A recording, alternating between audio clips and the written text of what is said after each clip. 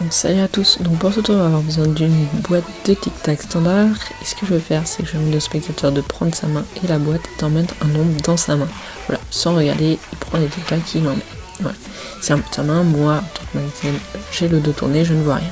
Et je peux être en mesure, sans avoir rien vu, de deviner qu'il y en a 3, 2 rouges et un orange. Et maintenant le spectateur peut ouvrir sa main, il y a effectivement ce nombre-là. Donc salut à tous, voici un jeu de cartes standard, toutes les cartes sont normales et différentes, comme ceci.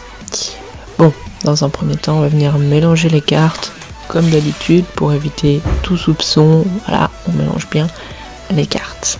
Ça peut paraître un peu long parfois, mais je trouve que c'est indispensable. Bon, maintenant on va faire choisir une carte, encore un peu basique, le spectateur dit stop quand il veut. Par exemple ici, très bien, il regarde sa carte, il la retient, bien évidemment moi je ne la regarde pas et on la perd. Voilà. Bon, pour être sûr encore une fois que c'est bien mélangé, en plus de l'avoir perdu, on fait des petites coupes. Voilà. Bon, maintenant ce qu'on va faire c'est qu'on va se retrouver en bas, à mon pied. Voilà, donc on va défaire les lacets, on va rajouter un peu de longueur. Qu'est-ce qu'on va venir faire? C'est qu'on va venir faire un nœud tout au bout du lacet pour emprisonner en fait le lacet qui est une boucle fermée. Bon, à quoi va nous servir cette boucle fermée car rien ne peut y entrer? C'est très simple, on va venir mettre le jeu par-dessus comme ceci. Et après un peu de concentration, voilà, attention, tenez-vous prêts et voilà, la carte du spectateur est la seule à avoir été emprisonnée dans la boucle du lacet. C'est bien évidemment la carte du spectateur qui était le roi de carreau.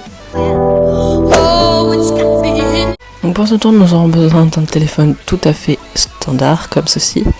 Qu'est-ce que nous allons faire? Dans un premier temps, on va déverrouiller le téléphone. Voilà, c'est un téléphone fait normal, on est sur une vraie interface. Et ce qu'on va faire, c'est qu'on va cliquer sur une application de dessin. Pourquoi? Pour pouvoir faire une prédiction tout simplement. Le spectateur va choisir un chiffre entre 1 et 8 et moi je vais écrire ma prédiction. Bien sûr le chiffre entre 1 et 8, il ne me le dit pas évidemment. Ça pourrait être autre chose qu'un chiffre entre 1 et 8, mais là pour cette démo on fera ça. Voilà, j'ai écrit ma prédiction. Et là je demande tout simplement à mon spectateur quel était son chiffre.